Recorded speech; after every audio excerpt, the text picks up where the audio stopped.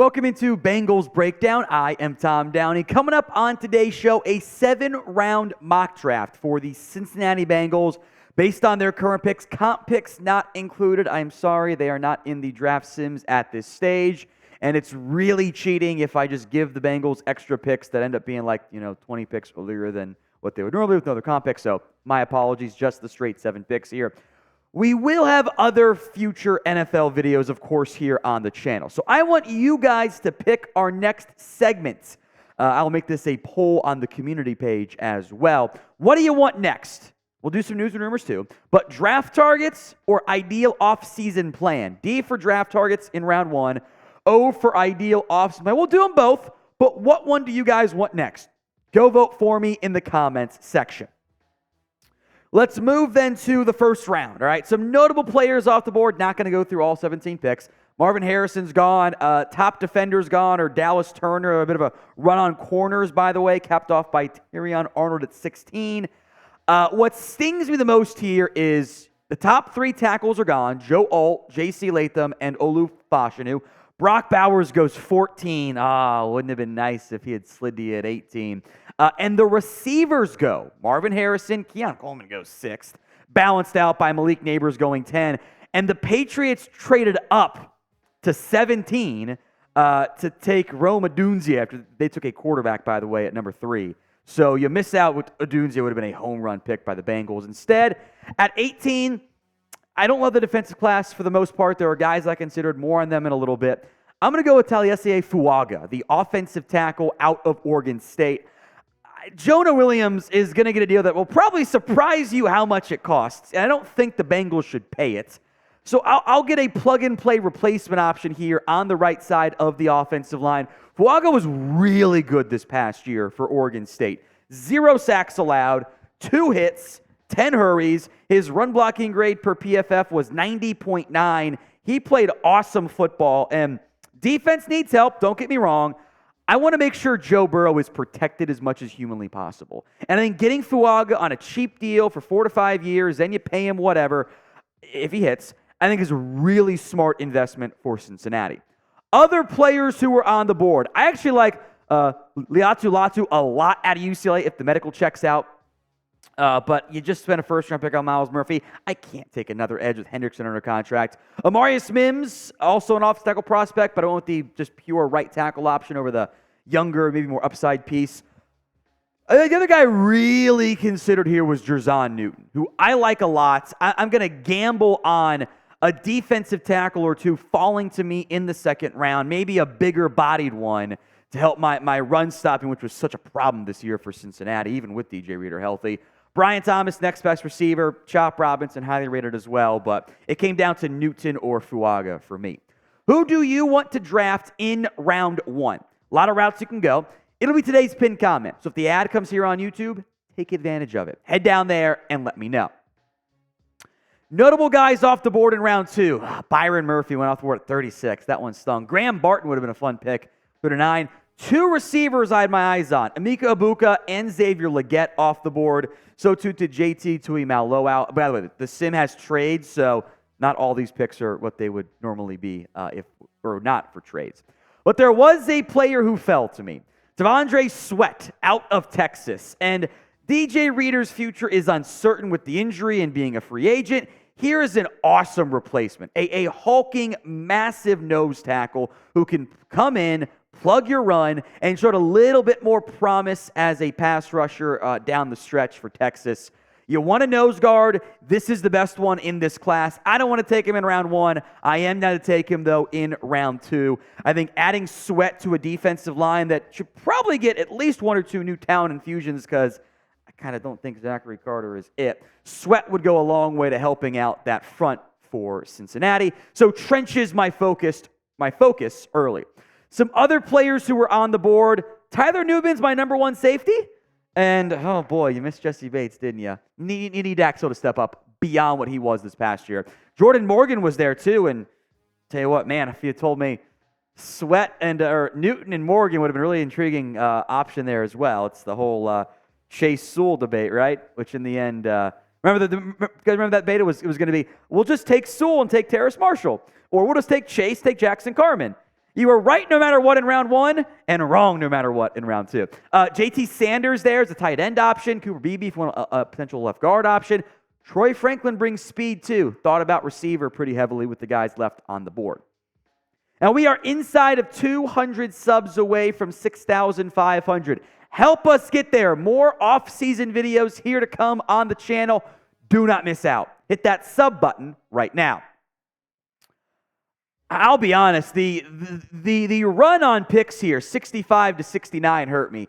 3 guys we just looked at, right? JT Sanders, Troy Franklin, Cooper Beebe, Jalen McMillan off the board at 74 to the Falcons from Washington, which surprised me because on the board is a guy that I could easily see go 40 picks earlier come the actual NFL draft because all the mock draft sims are broken when it is January and they're kind of broken all the way through anyway. It's Jalen Polk out of Washington, who I think is the second best wide receiver on the Huskies. Odunze, of course, number 1. I think McMillan's 3rd. Polk's numbers this year were awesome. 69 catches, very nice. 1,000 plus yards at 16.8 yards per catch. 9 touchdowns. Fits the mold of an outside wide receiver. If you do not keep teams, I think it's a very real possibility.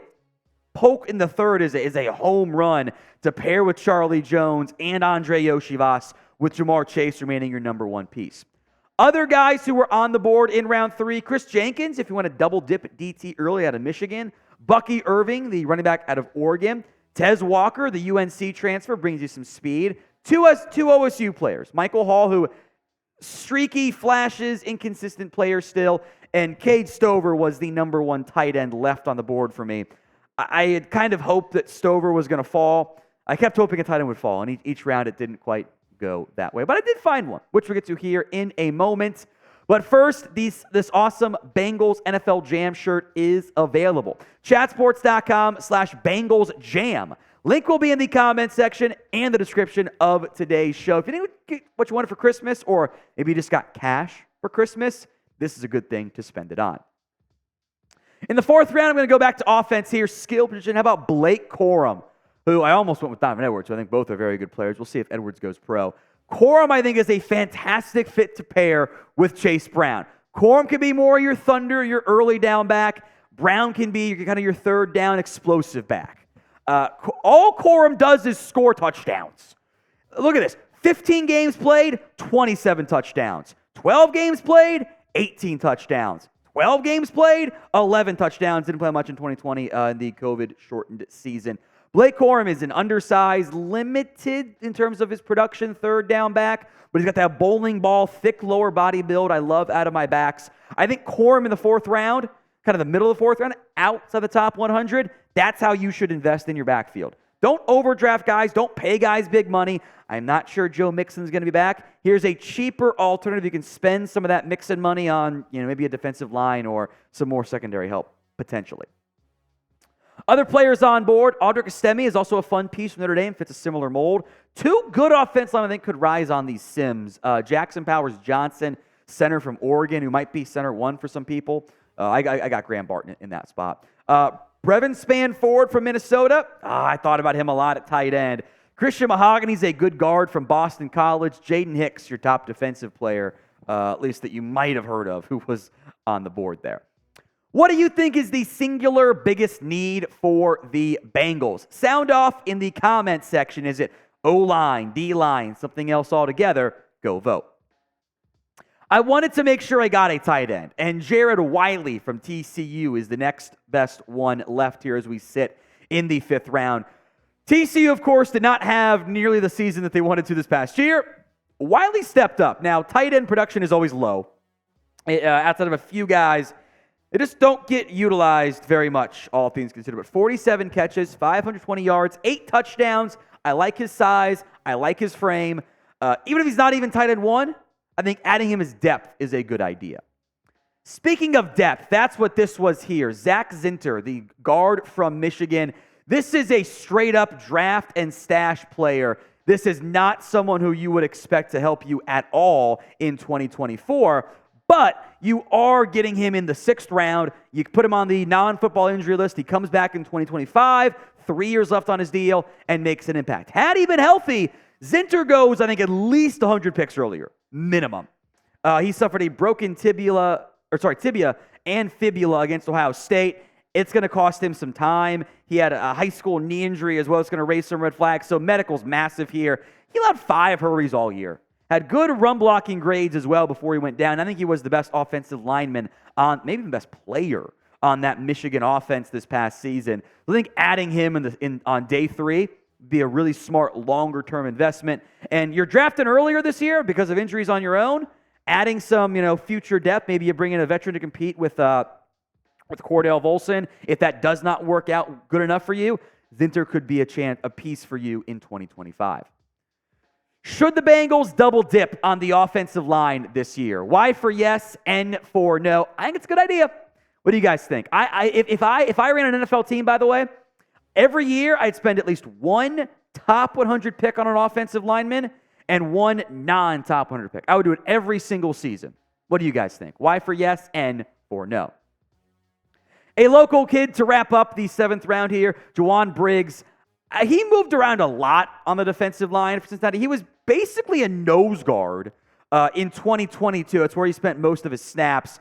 Then kind of became a base defensive end in 2023. The TFLs went up this year. The total tackles and sacks went down. I think if you let him be kind of more of a 3 technique, or you can try to give him some more 5 technique stuff. He has the size for it. I think that might be a little bit better. I think to a certain extent he kind of played out of structure or out of position a little bit at Cincinnati. But local guy, you're in the 7th round. Can't have a bad 7th round pick. So to recap one time here, my selections for Cincinnati. Taliese Fuaga from Oregon State. Devondre Sweat from Texas. I didn't mean to go 2 orange guys back-to-back, but I did in terms of their school colors. It works. Jalen Polk in the 3rd round. That's not going to happen in the real draft. He's going to go earlier. But hey, the Sims are broken. I'm going to capitalize on it. Blake Corum, Jared Wiley, Zach Zinter, and Juwan Briggs out of Cincinnati.